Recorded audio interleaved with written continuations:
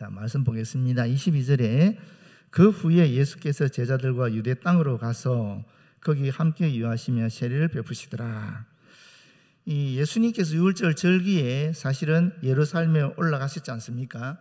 그리고 그 기간 동안에 여러 가지 일을 하셨는데 우리 요한복음에는 앞에서 말씀드린 것처럼 두 가지 사건만 기록하고 있습니다. 첫 번째가 성전 숙정 사건이고 두 번째가 니고데모와의 대화가 기록되어 있습니다. 예수께서는 유월절 절기를 지나신 다음에 예루살렘에서 떠나가셨어요. 떠나서 어디로 갔느냐? 유대 땅으로 가셨다라고 되어 있어요. 보통 우리가 유대 지역에는 그럼 예루살렘이 포함된 것을 얘기하거든요. 그런데 이 문맥에서 보게 되면 예루살렘 떠난 유대 시골 지역에 가셨다라고 지금 보시면 되겠지요, 그죠? 그런데 예수께서 이곳으로 가신 이유는 무엇이겠어요? 제자들을 가르치고 보다 많은 사람들에게 복음을 전하기 위해서였을 것입니다. 그래서 유대 시골 지역에 여기서 유하시면서 이 사람들에게 가르치고 세례를 베푸시는 그런 분주한 시간들을 보냈을 것인데, 사실 세례는 누가 줬을까? 예수님이 그 많은 사람들에게 세례를 다 베풀었을까? 라고 생각할 수도 있는데 4장 2절에 보시게 되면 세례는 제자들이 베풀었다라는 얘기도 있어요. 그러니까 예수님이 세례를 베푸시기도 했지만 또 제자들도 세례를 베풀었다는 것을 우리는 같이 알 수 있는 것입니다. 그리고 이 세례라는 것이 우리가 받는 세례와 지금 이 당시에 예수님과 제자들이 준 세례는 같겠어요? 다르겠어요? 그 의미가. 그러니까 예수님이 그 당시에 줬던 세례와 오늘날 우리가 받는 세례가 같을까요? 다를까요? 하는 거예요. 오늘날 우리가 받는 세례의 의미는 어떤 것이 있습니까? 두 가지가 있지 않습니까? 첫 번째는 예수님의 십자가 사건에 내가 참여하는 거예요. 예수님과 내가 하나가 돼서 십자가 사건을 통해 나도 예수님 죽으실 때 나도 죽는 거예요. 그리고 두 번째는 뭐죠? 동시에 예수께서 부활하실 때 나도 그분과 함께 부활하는 거거든요. 이게 세례의 첫 번째 의미입니다. 예수 그리스도 하나가 된다라는 거죠. 두 번째 의미는 뭐냐면 그 세례를 통해서 그리스도 공동체에 참여하게 되는 거거든요. 우리가 그리스도 안에서 한 형제여 자매가 된다는 의미가 있는 거거든요. 그게 오늘날 우리가 받는 세례의 의미예요. 그러면 이 당시의 세례는 예수님이 지금 죽으시지 않았잖아요. 부활도 안 했었잖아요. 그런데 이 당시 그들이 받았던 세례와 우리가 받은 세례는 다른 것이 되는 거예요. 그럼 그 당시는 어떤 세례를 받았을까요? 어떤 의미의 세례를 받았을까요? 세례 요한의 세례를 받았다라고 볼 수 있는 겁니다. 죄 씻음의 세례라고 볼 수 있는 거죠. 이 성경이 똑같은 세례라도 이와 같이 다를 수 있다라는 겁니다. 그 다음에 23절 보겠습니다. 요한도 살렘 가까운 에논에서 세례를 베푸니 거기 물이 많음이라. 그러므로 사람들이 와서 세례를 받더라. 이 살렘은 샬롬이란 말에서 말과 비슷하지 않습니까? 그래서 뜻이 히브리에서 유래된 평화라는 말입니다. 반면에 이 에논이라는 말은 아랍에서 유래된 지명인데 세밀한 뜻입니다. 오늘날 어디 있는지는 잘 몰라요. 그런데 분명한 것은 뭡니까? 예수께서 사역을 시작하고 나서도 세례 요한 또한 여전히 자기 일을 하고 있었다라는 것입니다. 그리고 사람들의 반응도 여전히 열광적이었다라는 것입니다. 사람들이 계속 세례 요한에게 왔고 또 세례를 받았다라는 것입니다. 그러면 세례 요한의 세례와 또 예수님의 세례가 똑같은 것은 뭐고 다른 것은 뭐겠어요? 분명히 세례 요한도 세례를 주기 전에는 말씀을 먼저 전했을 거예요. 내 뒤에 오시는 이가 있다. 그분이 선지자들이 지금까지 이야기한 분이시다 라고 분명히 얘기했을 거예요. 그렇죠? 그런데 예수님의 세례는 말씀 전할 때 어떻게 했겠어요? 내가 그다 이렇게 얘기하시는 거죠. 그래서 똑같은 세례지만 이 세례 요한의 세례는 예수님을 준비하는 그런 말씀 선포 이후에 주어진 세례라고 할 때 예수님의 세례는 당신이 준비된 자다라는 말씀 선포 이후에 주어진 세례다라고 볼 수 있는 거죠. 24절입니다. 요한이 아직 옥에 갇히지 아니하였더라. 요한이 옥에 갇힌 거 잘 알지 않습니까? 그런데 지금 현재 요한이 옥에 갇히지 않았다라고 분명히 얘기하고 있지요. 그런데 요한이 옥에 갇힌 시기가 언제인가? 마태복음이나 누가복음을 보게 되면 조금 이런 예수님이 사역을 시작할 때쯤 갇힌 거로 되어 있잖아요. 그런데 요한복음을 보면 전혀 그렇지 않은 거죠. 계속 요한이 같이 사역을 하는 거니까. 학자들은 이렇게 얘기합니다. 예수님께서 세례 받으신 것이 광야 시험이 27년 가을에 있었다라고 얘기합니다. 일반적으로 얘기할 때 학자마다 생각은 좀 다를 수 있지만 일반적으로는 27년 가을에 예수님이 광야에서 시험을 받으셨고 공생의 사역을 시작했다라는 거죠. 그리고 예수님이 언제쯤 돌아가셨느냐 하면은 30년 30년 4월 7일 날 돌아가셨다라고 얘기해요. 왜냐하면 6월절 전날 십자가에 못 박혀 돌아가셨으니까 계산을 하면 30년 아니면 33년인데 이 30년인 경우에는 4월 7일이 되는 거거든요.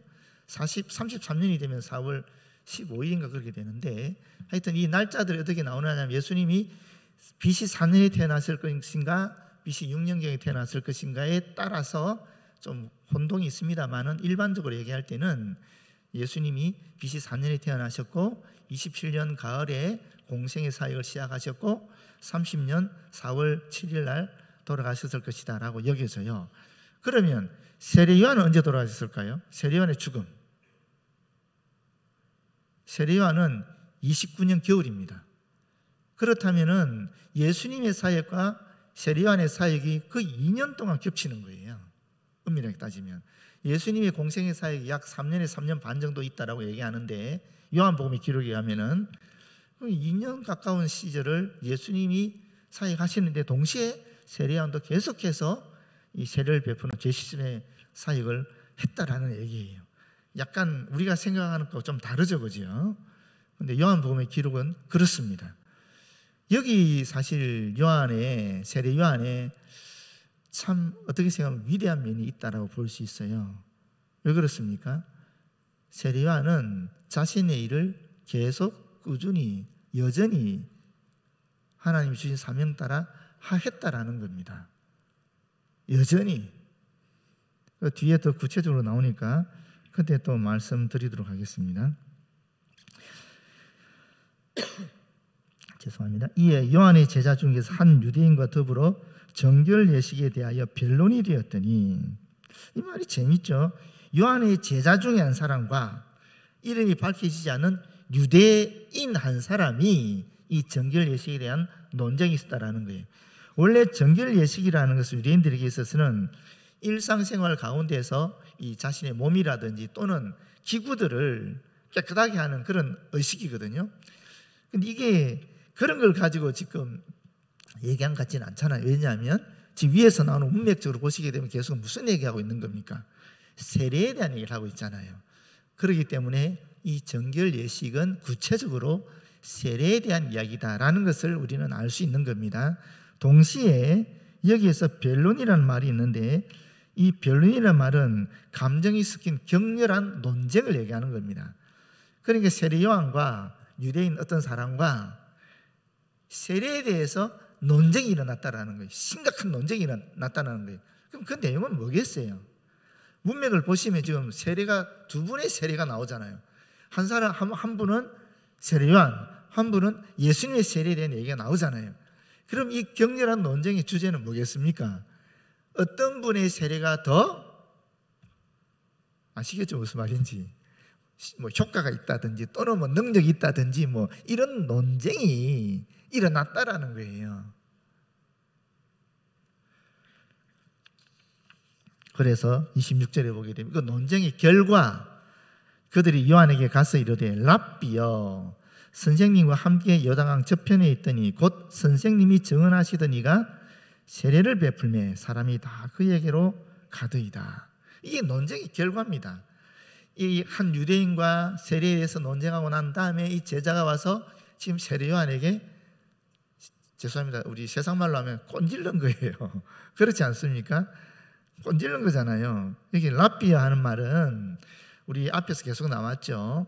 세례요한의 두 제자가 예수님께 말할 때도 랍비어 그랬지 않습니까? 또 나다네엘도 예수님께 랍비어 그랬고 니고데모도 예수님께 랍비어 그랬어요. 이 굉장한 존칭입니다. 정말 존경하는 마음을 담고 사용하는 그런 말입니다. 지극한 존경심을 가질 때 사용하는 호칭이라고 볼 수 있습니다. 지금 세례요한의 제자는 자기 선생님한테 극존칭을 쓰고 있다라는 거예요. 존경의 마음을 담아서. 그러면 예수님께는 어떤 호칭을 쓰고 있나 보십시오. 요단강 저편에 있던 사람, 선생님이 정언하시던 사람, 이렇게 얘기하고 있는 거예요. 전혀 여기에는 존칭의 의미가 없습니다. 상당히 냉담한 호칭이라고 볼 수 있습니다. 그러니까 여기 또 특별히 정언하시던이라는 이 표현이 있어요. 정언하시던. 예수님에 대해서 세례요한이 정언하고 있다는, 과거부터 지금까지 쭉 세례요한이 지금 예수님을 정언하고 있다라는 거예요. 그 결과는 어떻습니까? 그 결과는 예수님이 세례요한 때문에 두각을 드러내게 되었다라는 거예요. 그러면 여전히 예수님은 세례요한의 영향 속에 있는 거죠. 세례요한 때문에 예수님이 높아지는 거라는 겁니다. 분명히 이해가 되시죠, 그죠? 그러니까 이 제자의 마음 속에는 이 세례요한은 훌륭하신 분인데 예수님은 자기 선생의 그런 이끌림을 따라서 또는 그런 부추김에 의해서 사람들로부터 인정을 받고 있는 그런 사람이라는 거예요. 그런데 지금 한 유대인이 와가지고 너희 선생님의 세례가 더 뛰어나냐, 저기서 전하는 예수의 세례가 더 뛰어나냐, 이렇게 논쟁을 붙었으니까 얼마나 화가 났겠어요. 그래서 왔다라는 겁니다. 그런데 그 뒤에 말이 재밌지 않습니까? 세례를 베푸는 사람이 다 그에게로 가되이다. 요한을 만나고자 찾아오는 사람들 가운데 상당수가 예수님이 계신 곳으로 몰려갔고 이런 현상이 계속 진행 중에 있었다라는 것입니다. 시대가 이제 변화되기 시작하는 거죠. 세례요한의 시대에서 예수님의 시대로 변화되기 시작하는데 세례요한의 제자는 이를 받아들이기 어려운 겁니다. 지금 그런 상황이죠. 그런데 여기 요한이 정말 멋있는 말 하지 않습니까? 요한이 대답하여 이르되 만일 하늘에 주신 바 아니면 사람이 아무것도 받을 수 없느니라. 만일 예수가 더 많은 제자와 더 많은 회심자를 얻고 있다면 그것은 내게서, 세례요한 자신이 내게서 그 사람들을 도적적해 갔기 때문이 아니라 하나님이 예수님에게 그 사람들을 주셨기 때문이다 하는 세례요한의 고백입니다. 여기 보시게 되면 분명한 세례요한의 생각이 있습니다. 첫 번째는 뭐냐면 하나님이 자기 자신에게 주신 사명, 자기 자신에게 주신 몫이 있고 또 예수님에게 주신 사명, 예수님에게 주신 몫이 있다라는 거예요. 그거 분명하게 전제되어 있는 겁니다. 두 번째는 뭐냐면 여기에 이 몫을 누가 정해주냐는 거예요. 하나님이 정해주셨다는 겁니다. 하나님이 정해주신 몫이기 때문에, 하나님이 정해주신 사명이기 때문에 나는 내 몫을 감당하면 된다라는 거예요. 그런데 내 몫과 이 예수의 몫을 비교하면서 질투하거나 시기하거나 그러지 않는다라는 거예요. 근데 사람으로서는 쉽지 않잖아요. 솔직히 자기한테 100명이 오다가 갑자기 자기가 떤 사람 중에 50명이 예수님이 가게 되면 이제 자기한테 50명 오고 여기는 50명이 돼요. 좀 더 시간 지나니 자기네 30명이 오고 또 20명이 저기로 가버려. 그럼 70명이 거기 붙어. 이런 상황이 발생하게 되었을 때에 그게 인간적으로 쉽지 않지 않았겠습니까?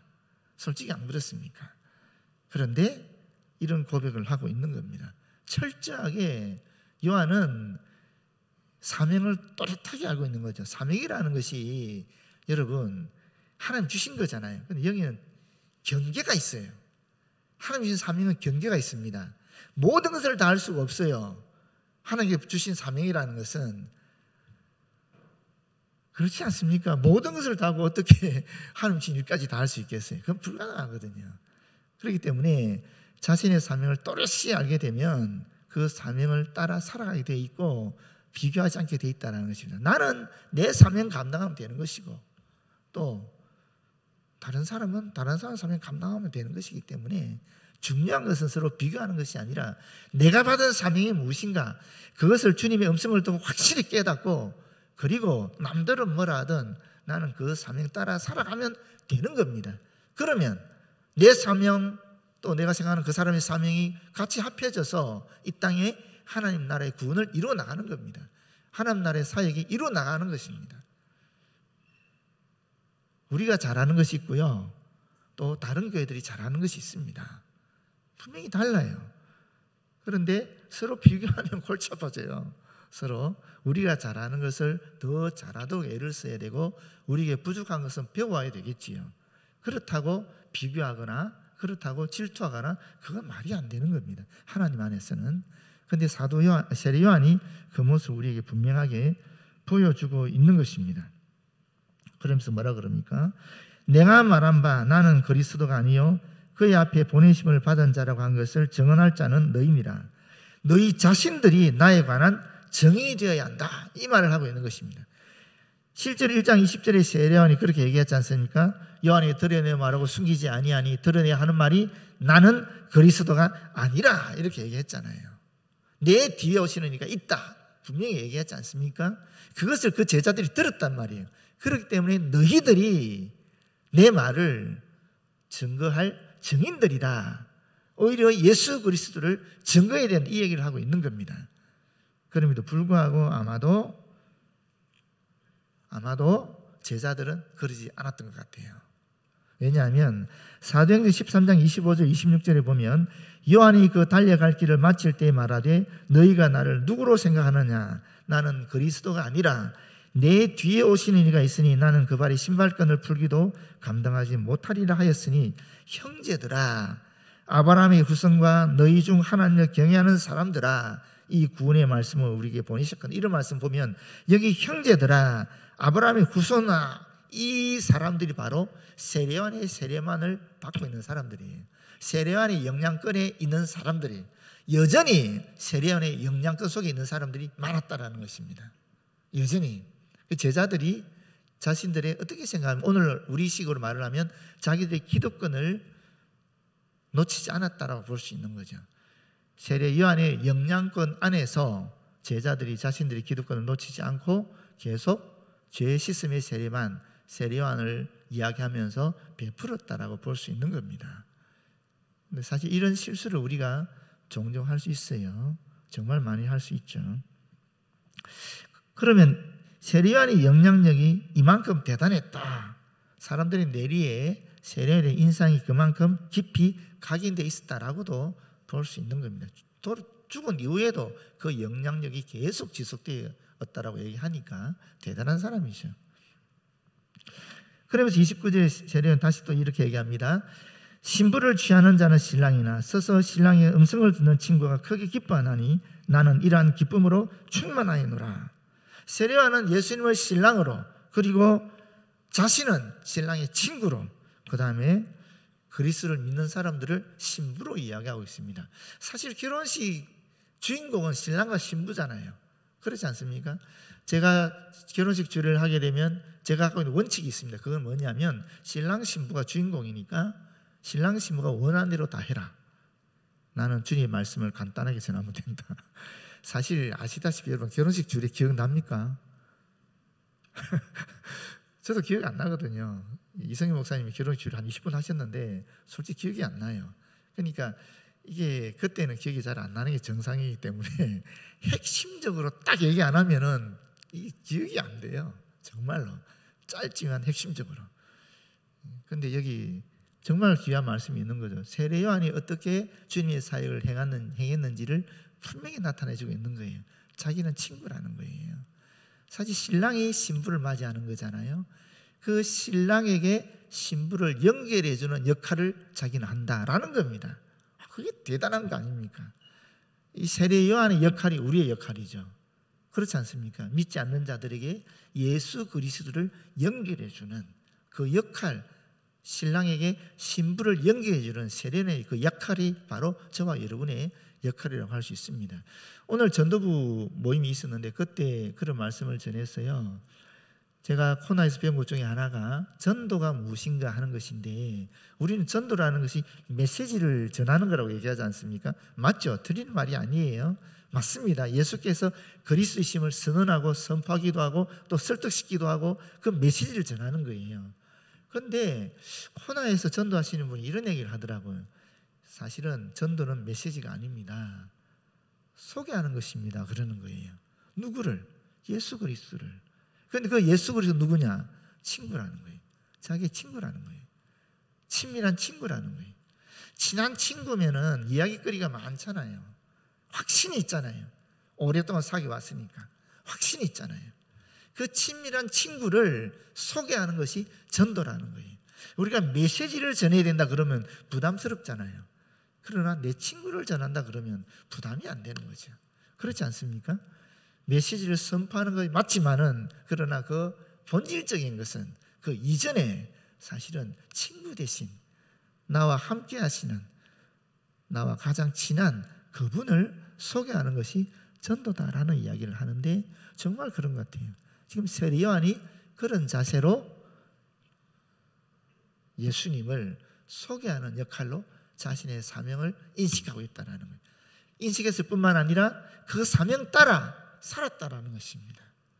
자기를 추종하는 사람들이 그렇게 갔음에도 불구하고, 심지어 제자들이 마음이 아파가지고 자기에게 와서 그런 얘기를 했음에도 불구하고 여전히 세례 요한은 자신의 사명 가운데 또렷하게 서서 흔들리지 않고 그 사명 따라 묵묵히 걸어가신 분이라는 겁니다. 그런 세례 요한의 자세가 오늘 저와 여러분의 자세가 되기를 빕니다. 그러면서 마지막 30절, 우리가 너무나 잘 아는 위대한 말씀이죠. 그는 흥하여야 하겠고 나는 쉬어야 하리라. 저분은 반드시 강하게 되어야 된다. 그리고 나는 작아져야 된다. 감소되어져야 된다. 자신의 명성이 계속적으로 작아지고 자신을 따르는 자들 또한 계속적으로 감소해야 된다. 이런 말 어떻게 할 수 있습니까? 정말 이게 요한의 마지막 말이다라고 볼 수 있습니다. 근데 여기서 한 가지만 딱 짚고 넘어갈게요. 여기서도 요한은 이렇게 딱 끝을 맺었어요. 근데 우리는 그 뒤에 얘기를 또 알잖아요. 세례 요한에 있던 그 뒤에 이야기. 옥에 갇혔을 때 그 시간이 지나면서 점점 외로워지고 또 미래가 보이지 않는 그런 고통 속에 있을 때 요한에게도 의심이 생겼잖아요. 그러면서 제자를 보내잖아요. 당신이 진짜 우리가 기다리는 메시아입니까? 요한이 그런 얘기를 했다니까. 요한이, 이렇게 위대한 요한이 이런 얘기를 했다고요.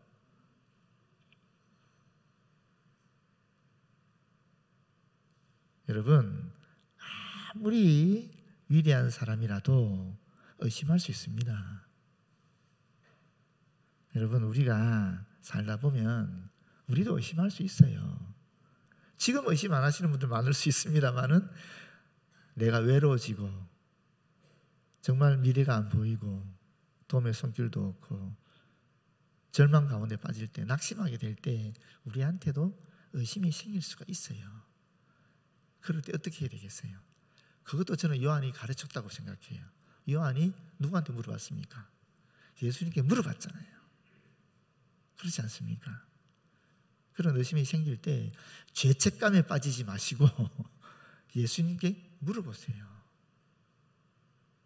예수님은 저에게 어떤 존재입니까? 예수님은 진짜 나의 구세주입니까? 물어보십시오. 물어보시면 응답이 금방 오지 않습니다. 저 금방 그렇게 안 옵니다. 그런데 계속 물어보십시오. 계속 물어보시면 섬광같이 또는 미세하게 나도 모르는 가운데 쑥 올라오는 게 있습니다. 하나님의 음성이 그렇게 들려지더라고요. 저 같은 경우는 사람마다 다릅니다만은 그때 확신이 생기는 거거든요. 저는 세례 요한이 확신을 갖고 죽었다고 생각해요.